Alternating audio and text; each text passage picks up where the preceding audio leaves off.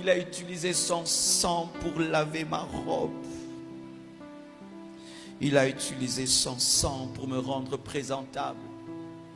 Qui a déjà fait ça pour sa femme? Personne ne peut faire ça. Mais lui, il l'a fait pour toi.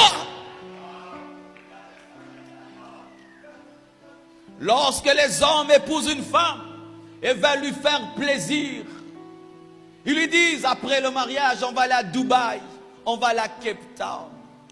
Mais Jésus ne t'amène pas à Dubaï, il ne t'amène pas à Cape Town. Il te promet les noces de l'agneau de 7 ans au ciel, 7 ans au ciel. La Bible nous dit, le jour de l'enlèvement, au son de la trompette, à la voix de l'archange, les morts en Christ ressusciteront premièrement et les vivants seront transformés. Et nous allons monter vers notre époux et nous allons faire 7 ans de fête. 7 ans de fête. Je vois les jours des mariages. On fait porter à la mariée une couronne. Et c'est rarement en or. Ce sont les reines, les princesses qui portent en or. Mais souvent, c'est seulement une petite chose qui n'a pas de prix. Et le garçon met ça sur la tête de la femme. Mais nous, Jésus nous donne une couronne de gloire. Et il a acheté au prix de la couronne d'épines. Il a porté la couronne d'épines pour que tu portes la couronne de gloire. Il a porté la couronne qui a déchiré ses veines, pour que toi tu puisses porter la gloire. Jésus t'aime, Jésus t'aime, Jésus t'aime plus que ton père, plus que ta mère, plus que tes frères. Je ne sais pas dans votre culture si on demande la dot. Mais dans notre culture, dans certaines cultures, chez nous, on demande même des vaches. Tu veux épouser ma fille? Et puis il te dit, donne-moi une vache. Donne-moi $5,000. Et Jésus, quand il a voulu t'épouser, il a payé la dot. La dot, c'était lui-même. Imagine un garçon veut épouser ta fille. Et puis tu lui demandes de l'argent. Il dit, non, ta fille ne vaut pas l'argent. Elle a trop de valeur. Je deviens ton prisonnier.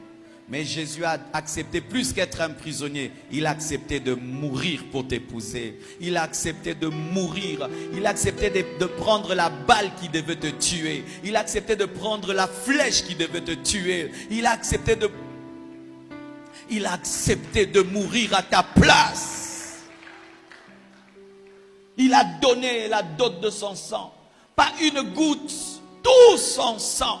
Il a donné la dot de son corps. Il a donné la dot de sa communion avec Dieu. Il a accepté de perdre sa communion avec Dieu pour t'épouser. C'est pourquoi il a crié, Père, Père, pourquoi m'as-tu abandonné? Qui peut t'aimer comme ça, frère? Personne ne peut t'aimer comme ça. Personne. Et quand un homme un peu riche épouse une femme qui est pauvre, qu'est-ce qu'on dit? Il faut faire le régime matrimonial de la séparation des biens. Pourquoi? Je suis millionnaire. Toi, tu es pauvre. Tu vas profiter de moi. Les gens se marient mais disent séparation des biens. Ce qui est à moi est à moi. Ce qui est à toi est à toi. Mais nous, on est venus avec 0 dans le mariage avec Jésus. 0. Mais qu'est-ce qu'il dit? Communauté de biens. Ce qui est à moi est à toi. Alléluia. Ainsi tu es un multimilliardaire, mais tu n'as rien amené dans le mariage. Et il t'a donné le Saint-Esprit et tu n'as rien amené dans le mariage. Et la Bible dit, du riche qu'il est, il s'est appauvri pour t'enrichir.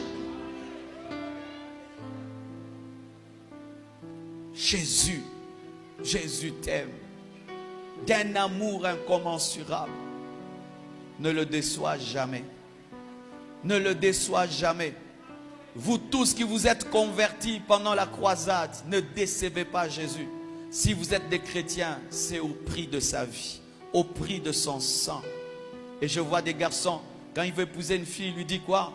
Pour le meilleur et pour le pire. Mais quand elle tombe malade, il abandonne. Quand on coupe la jambe de la fille, il part. Quand la fille n'a pas d'enfant, il part. Mais il avait dit pour le meilleur et pour le pire. Et on ajoute, seule la mort pourra nous séparer. Mais quand Jésus vient vers toi, il te dit quoi? Pour le meilleur et pour le pire. Et la mort ne va jamais nous séparer. Et la mort ne va jamais nous séparer. Oh mon frère, pendant que Paul est mort, il est avec Jésus. La mort n'a pas séparé Paul avec Jésus. Et lorsque tu mourras, que ce soit dans le feu, que ce soit dans l'eau, que tu sois bombardé, où que tu sois, Jésus sera avec toi. Parce que dans ce mariage, même la mort ne peut pas nous séparer. Il ne t'abandonnera jamais. Il ne te délaissera jamais. Jamais. Jamais.